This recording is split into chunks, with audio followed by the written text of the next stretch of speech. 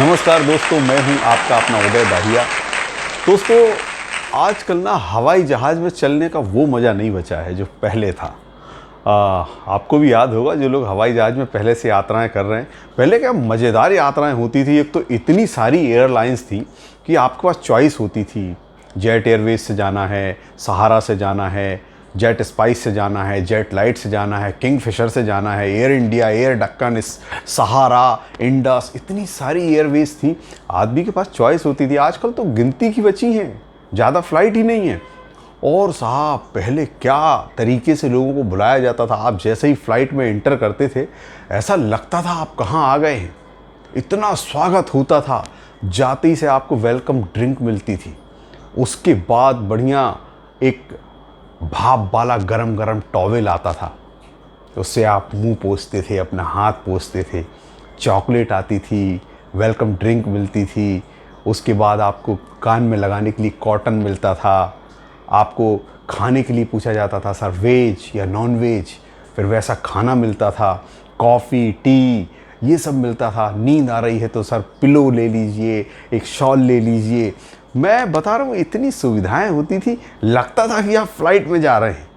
और अब तो ऐसा हाल हो गया है कि आप फ्लाइट में भी जाओ तो एक तो एयरपोर्ट पे इतनी भीड़ होती है, ऐसा लगता है आप एयरपोर्ट पे आए हो या रेलवे स्टेशन पे आए हो। वहाँ भी लोग नीचे चादर बिछा बिछा के लेटे हुए हैं, जगह ही नहीं है, इतनी भीड़ हो गई है। और फ्लाइट में आप देखो, आप बैठ गए, अब बैठ गए हो ना, तो आपको कुछ खाने को मिलेगा ना कुछ पीने को मिलेगा। जो भी आपको चाहिए, जब वो उड़ जाएगा तो फिर वो ट्रॉली लेके आके बेचते हैं। कुछ भी चाहिए पैसे दो, हर चीज़ का पैसा है, हर चीज़ का पैसा। हाँ, और इतना महंगा, और ऐसे ऐसे आइटम मिलते हैं। आप देखो, आप बैठे हो, भूख लगी है, क्या करोगे? 250 250 रुपये का सैंडविच मिलेगा। आप जब उसको खोलोगे तो 2 ब्रेड ट्रायंगल में कटी हुई हरी चटनी लगी है उनके ऊपर, और आपस में चिपकाई हुई है। 200 रुपये की 2 ब्रेड वाली।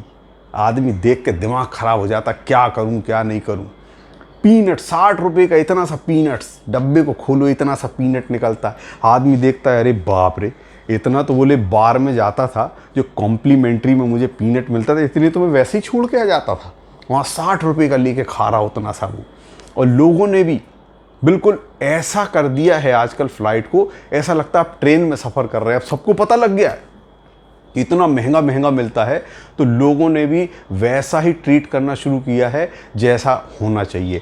अब वो अपने घर से पूड़ी, अचार, पराठे बनवा के पैक करके लेके जाते हैं, और जैसे ही फ्लाइट ने टेक ऑफ करके ऊपर प्रॉपर वो हाइट पे पहुंच के, और वो ऐसा होके थमा, और उसके बाद वो अनाउंसमेंट होता है कि कप्तान ने अब कमर की पेटी बांधने का संकेत बंद कर दिया है।